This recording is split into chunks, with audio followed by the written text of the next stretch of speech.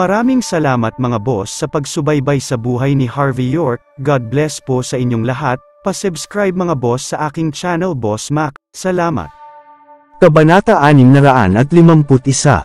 Sa sasakyan, ang sarhento na nagmamaneho din mula sa militar ng Southlight.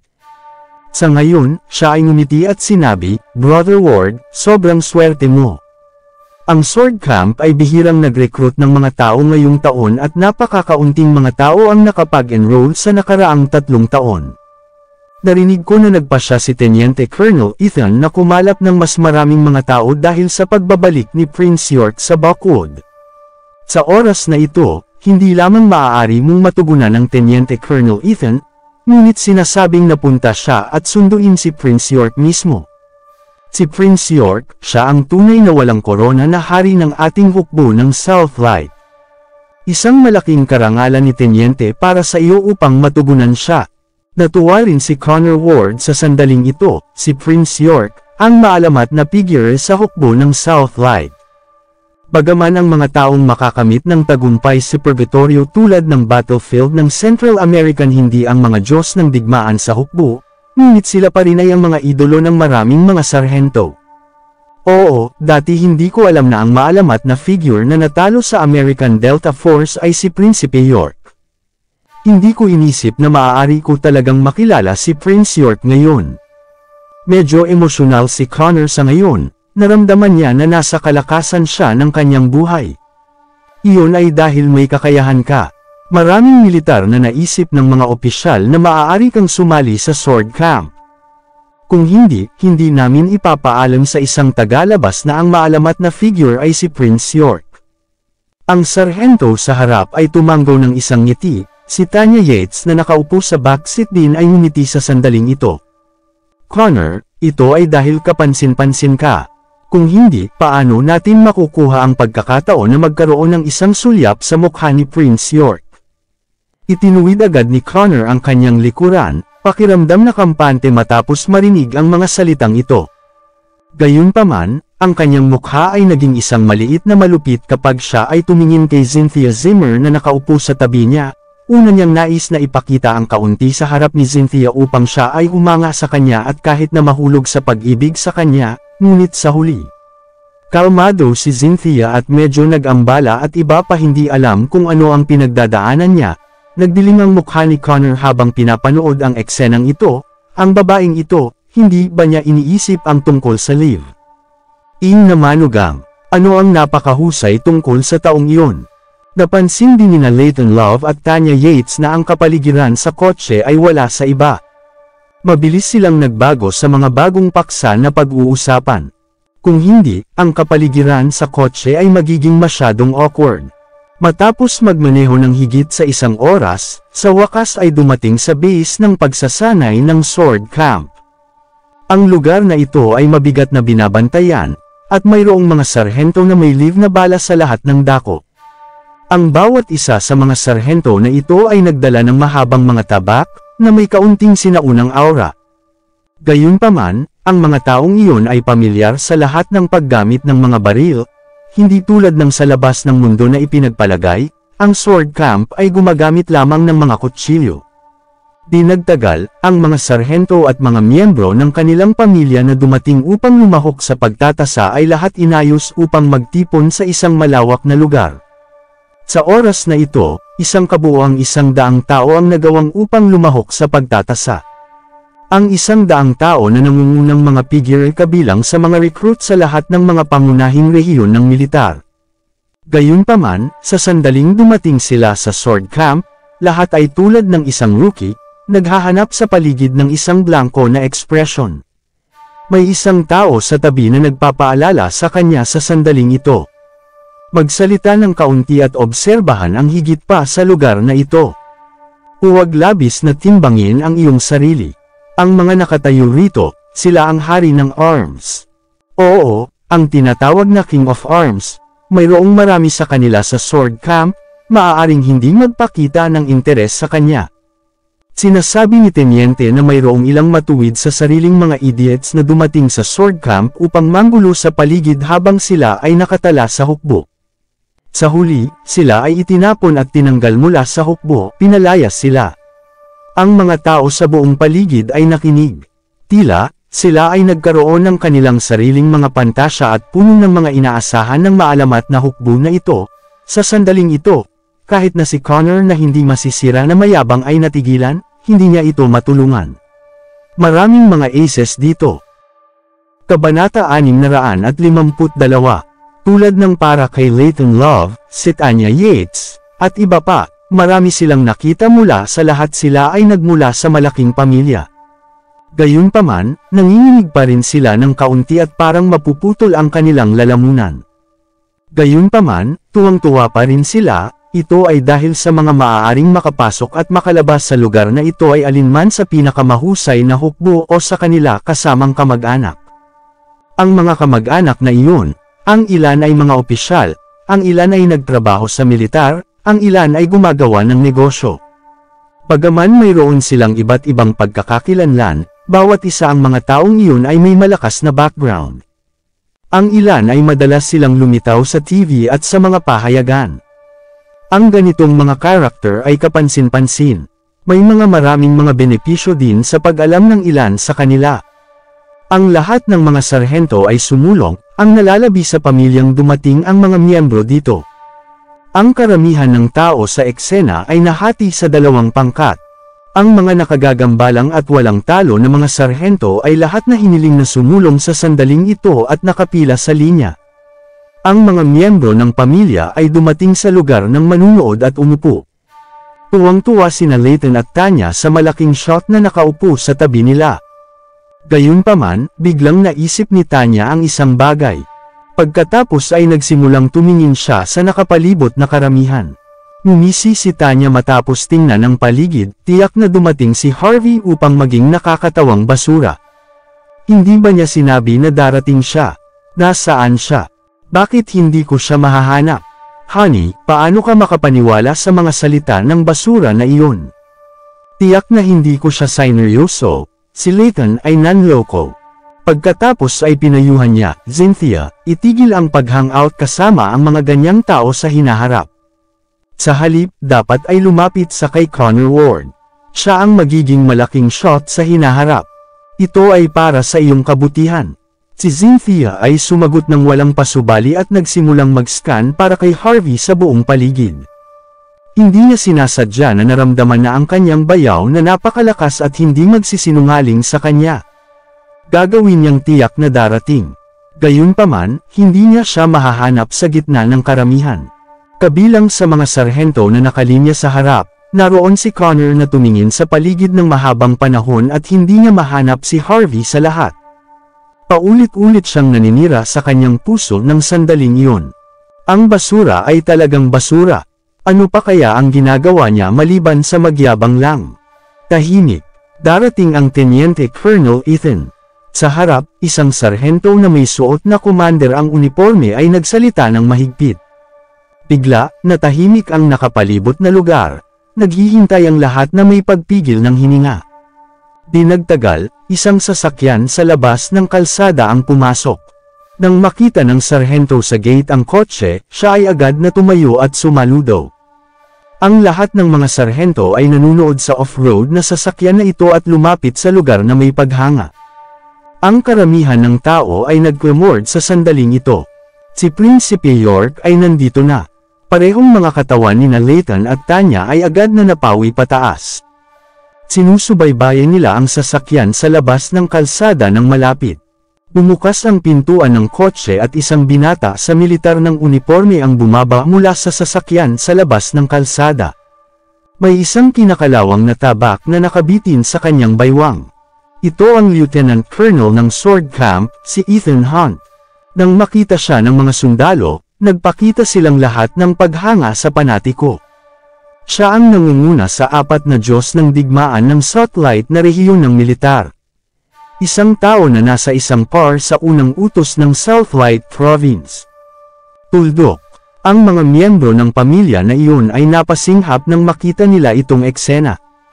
Kayang mangibabaw at napakabata, si Ethan Hunt, na kilala bilang Teniente Colonel Ethan, ang kanyang potensyal ay walang hanggan.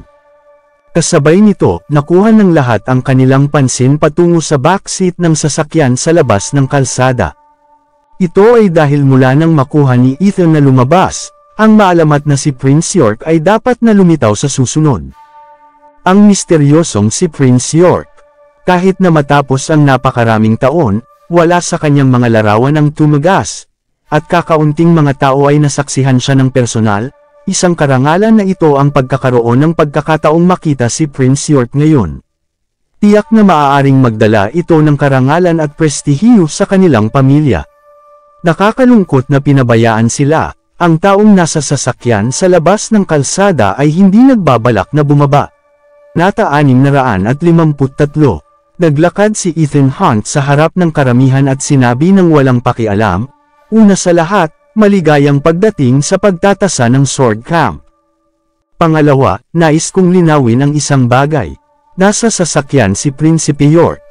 Gayunpaman, ang katayuan ni Prince York ay napakahalaga.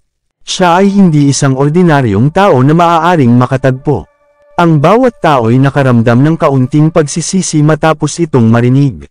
Isang hakbang lamang ang layo ng maalamat na si Prince York, ngunit hindi sila kwalipikado upang masaksihan ang kanyang mukha. Kahit na ang mukha ni Connor Ward ay naging mapotla sa isang iglap. Gayunpaman, ang Prince York ay ang alamat ng sword camp.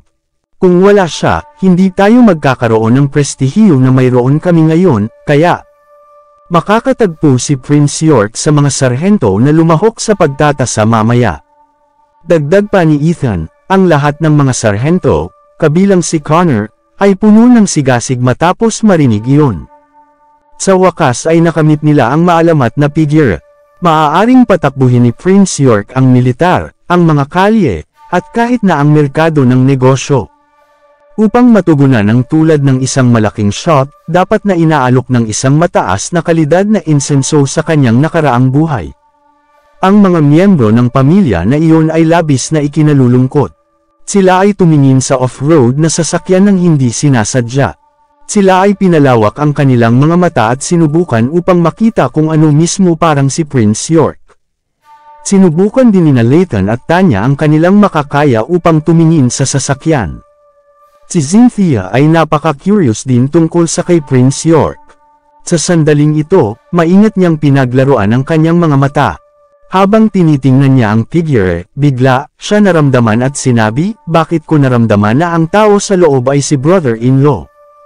Una nang hindi alam ni Tanya, gayunpaman, maingat niyang tiningnan ito muli dahil sa pakikinig sa mga sinabi ni Cynthia. Sinabi niya pagkatapos, ginawa niyang parang kahawig ng isang basura. Sinubukan din ni Layton na palawakin ang kanyang mga mata. Siya ay nagulat at sinabi pagkatapos ng isang sandali, tunay na ang hitsura ay parang siya. Kahit na hindi ko ito nakikita ng malinaw, sa panig na iyon tiyak na kamukha siya ng profile. Ang tatlo sa kanila ay tumingin sa bawat isa at nagpalitan ng mga nagdududa na sulyap. Maaari bang si Harvey ay ang maalamat na si Prinsipe York? Gayunpaman, ang kaisipang ito ay mabilis na na-overrock nila. Paano magiging isang tulad ni Prince York ang ibang tao na live-in son-in-law? Ang ganitong uri ng isang malaking shot ay tiyak na maraming asawa at mga babae. Paano siya mahuli ang mga salitang live-in son-in-law? Bukod dito, kasabay ng kanyang pag-uugali, si Harvey ay hindi mukhang prinsipe kahit na magsuot siya ng balabal ng emperor. Paano siya magiging Prince York? Di nagtagal, natapos na ang seremonya ng pagtatasa. Ang susunod ay ang tunay na pagtatasa. Ito ay isang bagay na magagawa ng mga miyembro ng pamilya na hindi nakikita dahil kasangkot ito sa confidential na impormasyon ng militar. Nang umalis na sina Layton at Tanya, sila ay nakipagkita din kay Ethan ayon sa gusto nila. Sapat na, ito ang utos ni Harvey. Tanong niya kay Ethan upang makilala si Cynthia na kung saan ay upang makatulong siya, kung sakali, ang maliit na hipag na ito ay mahigpit na naayos. Gayunpaman, mali ang naisip ni Layton at Tanya na si Ethan ay nakilala ang mga ito dahil kay Connor Ward. Naging mas nasiyahan sila kay Connor sa ganitong sandali. Kung mayroong isang tao tulad ng kanilang manugang, sila ay tiyak na madyay gising mula sa kanilang mga pangarap sa hinaharap. Ang katayuan ni Tanya sa pamilyang Yates ay tiyak na tumaas. Matapos umalis ang mga miyembro ng pamilya, lahat ng mga sarhento na dumating upang lumahok sa pagtatasa na natipon ng magkasama ulit at tumayo sa linya. Natuwa si Connor at iba pa, ito ay dahil kwalipikado silang matugunan ang maalamat na si Prince York. Sa sandaling ito, si Harvey na nasa loob ng off-road na sasakyan ay naglakad sa ilalim ng escort ng 4 na mga sarhento ng sword camp, tumayo si Connor sa likuran ng tropa. Sa gayon, ang kanyang view ay hindi masyadong malinaw, gayunpaman, sinubukan niyang tumingin sa harapan, lamang at tingnan ang likuran ng isang tao. Ang taong ito, bakit siya mukhang medyo buhay na iyon ng manugang? Si Connor ay sumimangot ng bahagya at namumutla sa kanyang sarili. Kabanata 654. Di nagtagal, tumayo sina Harvey York at Ethan Hunt at nangunguna sa tropa ng magkasama. Sinadya ni Ethan na umatras ng kaunti mula sa kung saan nakatayo siya, na nagpakita na ang tao ay nasa kanyang mga casual na damit sa tabi niya ay may mas mataas na katayuan. Sa sandaling ito, ngumiti si Ethan at sinabi habang tumingin sa mga sarhento sa harap niya, "Prince York, ang mga bagong dating para sa oras na ito ay nagtipon." Susunod, ayon sa mga patakaran ng sword camp, sila ay sumasailalim sa espesyal na pagsasanay sa loob ng 7 araw at 7 gabi, sa gayon, ang pagpili ng mga angkop na tao. Gayunpaman, ito ang karaniwang panuntunan. Dahil nandito ka upang gabayan sila sa oras na ito, ang iyong mga salita ay dapat mangibabaw. Ang mga sinabi ni Ethan ay nagpakita na ang lalaki sa tabi niya ay ang maalamat na si Prince York. Tumingin si Harvey sa sarhento sa harap niya, ngumiti, at sinabi, "Hindi ako isang brat ng militar. Ngunit inanyayahan ako ni Teniente Colonel Ethan na gabayan kayo ngayon. Mayroon ka bang anumang mga puna? Ito ay isang malaking karangalan." Ang pangkat ng mga sarhento ay nagsalita ng magkakaisa. Kahit na si Harvey ay hindi isang brat ng militar, siya ang walang korona na hari ng hukbo ng Southlight. Sobrang swerte nila na makuha ang kanyang gabay, samantala, ang lahat ng mga sarhento na iyon ay hawak ang hininga nila. Tuwang-tuwa silang tumingin sa harap, nakatingin sa Prince York na nasa loob ng braso na maabot. Ang taong ito na namuno sa sword camp upang lumikha ng isang halos imposible na tala ay ang Army Saint ng Southlight. Siya ang idolo ng karamihan sa mga sarhento sa Southlight. Sa sandaling ito, si Connor Ward na nasa likuran ay sa wakas nakita ang mukha ni Harvey. Biglang nagbago ang mukha niya rito sandali. Siya ang maalamat na si Prince York. Matapos kumpirmahin ito muli at alamin na siya ay hindi nagkakamali, nakaramdam siya ng pagkahilo at may umiilaw na nasa isip niya. Ito ay nakalabas, si Harvey York ay si Prince York. Hindi nakakagulat na sinabi niya na maaari siyang magpunta. Ito ang pagtatasa ng enlistment tuwing nais niya, hindi nakakagulat na sinabi niya na ang pagtatasa ng enlistment na ito ay hindi maaaring isagawa bago siya dumating. Naramdaman ni Connor ang kanyang dugo na dumadaloy sa buong katawan niya. Naging sensitibo ang kanyang lalamunan sa sandaling ito, at natakot siya na malapit na siyang samuka ng dugo. Nang tumingin siya kay Harvey, ang mga mata ni Harvey ay nahulog sa kanya ng casual at ang kanilang mga mata ay nakalock sa isang titig. Nakita niya na nakatingin sa kanya si Harvey na parang siya ay hari, isang Diyos. Makita lamang ni Connor ang kumpletong kadiliman sa unahan sa sandaling ito. Hindi na niya makatiis ang hindi nakikitang presyon. Ang napakaraming dugo ay pinalabas at pagkatapos ay si Connor nagblanko ang paningin at nahimatay. Ang bawat tao'y naruroon ay isang maliit na natulala sa sandaling ito. Nagagawang lumahok sa enlistment sa pagtatasa ng sword camp na hindi pinakamahusay sa pinakamahusay na hukbo. Totoo na ang lahat ay labis na nasasabik ngunit sa tulad ng isang degree. Nagbago ang ekspresyon ni Harvey. Sinabi niya, "Teniente Colonel Ethan, ito ang taong pinili mo. Paano makakapasok siya sa sword camp kapag mayroon siyang tulad ng mahina ang katawan?" Medyo nagbago din ang mukha ni Ethan. Siya ay nagpagpapakita ng mahusay na kasipagan sa sword camp ng mga taong iyon at maingat niyang pinili ang lahat na pumasok sa sword camp. Bagaman may daan-daang tao na kumuha ng bahagi sa pagtatasa bawat taon, hindi hihigit sa 10 lang ang makakapasok sa sword camp. Gayunpaman, ito ang unang pagkakataon na nakatagpo siya ng ganoong sitwasyon. Isang tao na direktang nanghina sa seremonya ng pagtatasa kahit na bago makilahok sa aktwal na pagtatasa. Dahil dito, maging psikolohikal ito o pisikal, sa madaling salita, hindi nila maaaring kunin ang ganoong sarhento. May isang mabilis na nagulat sa susunod na sandali. Prince York, Teniente Colonel, ito ay si Connor Ward mula sa rehiyon ng Golden Sands Militar. Medyo nagbago ang mukha ni Ethan. Pagkatapos ay sumigaw siya sa susunod na sandali, paano maipapasa ang gayong tao sa pagpili? Pabalikin siya. Bukod dito, sabihin sa kanya na kung maglakas loob siyang ibunyag si Prince York. Ang totoong pagkakakilanlan ni Prince York, gagawin ko ang kanyang buhay na magulo. Oo, di nagtagal, dinala ang isang sarhento mula sa sword camp. Pagkatapos nito, nagbigay si Harvey ng ilang mga salita ng inspirasyon sa mga sarhento na dumating upang lumahok sa pagtatasa ng enlistment at training. Sa gabi, habang nakarating sa bahay si Harvey, tinawag siya nina Simon Zimmer at Lillian Yates at tapos si Mandy Zimmer. Kabanata 655. Ang iyong tiyahin at tiyuhin ay nasa mabuting kalagayan ngayon. Sinabi nila na maaari nilang tanggapin ang iyong paghingi ng tawad, kaya ikaw dapat ay maghanda. Sinabi ni Simon Zimmer, okay, pagkatapos ay anyayahan natin ang mga matatanda sa isang pagkain.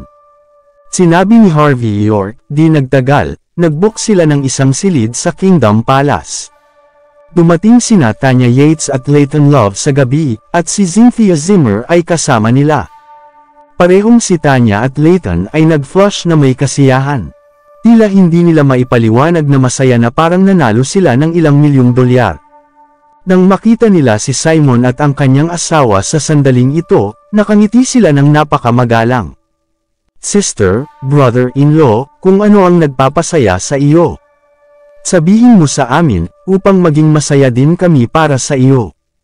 Sabi ni Lillian na may ngiti, ipinagmamalaki ni Tanya, salamat sa kay Connor Ward, ang mabuting bata na iyon. Hindi lamang kami pumunta upang lumahok sa enlistment ng pagtatasa ng sword camp, ngunit nagkakilala din kami ni Teniente Colonel Ethan. Pinakamahalaga, makikita namin ang mukha ni Prince York. Kahit na ito ay ang kanyang profile lamang. Gayunpaman, si Tanya ang mga salita ay hindi isang mapagpakumbaba. Si Cynthia na nasa panig ay tumanggo sa kasunduan, nagpapahiwatig na ito ay totoo. Talaga, nakilala mo si Teniente Colonel Ethan. Ito ay sinabi na siya ay naaayon sa unang utos ng lalawigan ng South. Tumugon si Simon sa kaguluhan. Maraming taon na siyang nasa Buckwood at nagkaroon na pinangarap din na magkaroon ng isang pagkakataon upang matugunan ang mga iyong malaking shot. Sa kasamaang palad, ang lahat ay tumigil sa mga pantasya. Tinanggal ni Leighton ang kanyang lalamunan at sinabi ng mahinahon, oo.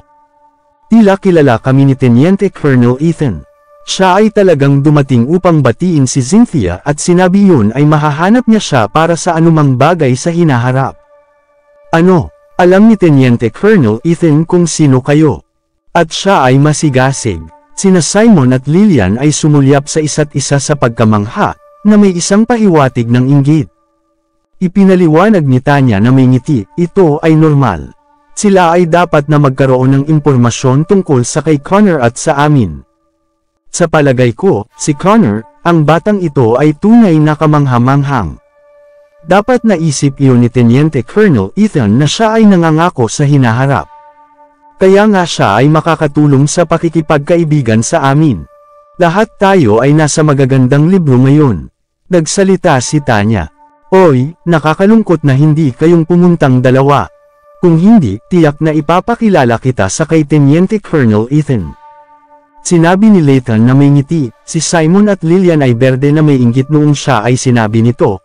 Kahit na si Cynthia ay kanilang anak na babae, si Connor lamang ang pumasok sa larawan dahil sa mga Yates, hindi nila may inggit ito. Dahil nasa mabuting kalagayan kami at may magandang kapalaran ngayon, maaari kang lumapit sa akin para sa anumang bagay sa hinaharap. Malutas ko ito para sa iyo. Sabi ni Layton, "Salamat, kapatid na lalaki." "Salamat, kapatid." Nabyenan. Parehong tumanggaw sina Simon at Lillian at nagpasalamat sa kanila. Hindi sila maganda sa pamilya Zimmer kamakailan. Ngayon na nagkaroon sila ng pagkakataon upang mapagaan ang relasyon sa pamilyang Zimmer, sila ay hindi talaga ito hiningi. Ngumiti si Layton, nahulog ang kanyang mga mata kay Harvey at sinabi, "Ngunit, kaso sa kaso. Kung gusto mo kami upang matulungan ka, ang basura na ito ay kailangang humingi ng tawad muna." "Oo, humingi ng tawad. Kung hindi siya humihingi ng tawad, hindi namin gagawing tanggapin ang iyong pamilya." Natukoy din si Tanya, ang basura na ito ay nagsinungaling sa kanila, na sinasabi na maaari siyang pumunta sa seremonya ng pagtatasa ng enlistment. Tila hindi lamang siya basura, kundi isang sinungaling din. Si Cynthia ay labis na nagkasalungat. Maingat niyang sinabi, "Kapatid na lalaki, ninong, at ina ay tulad ng mga tao, mangyaring huwag isipin ang mga ito." Well, magmadali at humingi ng tawad kay Tia at Tio. Hinimok siya ni Simon, sinulyapan ni Harvey si Mandy Zimmer na hindi nagsasalita. Pagkatapos ay ngumiti siya at sinabi, "Tia, Uncle, mali ako kahapon, hindi ako dapat tumakbo sa iyo."